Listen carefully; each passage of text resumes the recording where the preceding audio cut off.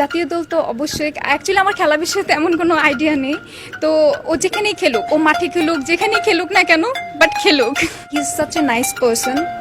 ওকে যদি ডিসকভার করা হয়, ও একদম পুরো বাচ্চাদের মতো।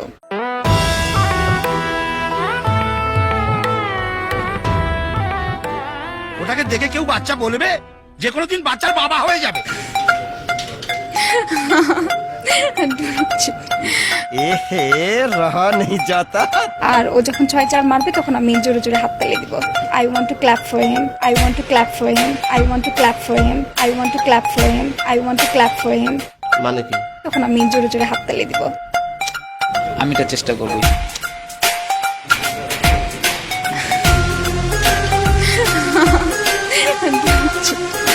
Okay, he was very good friend of mine.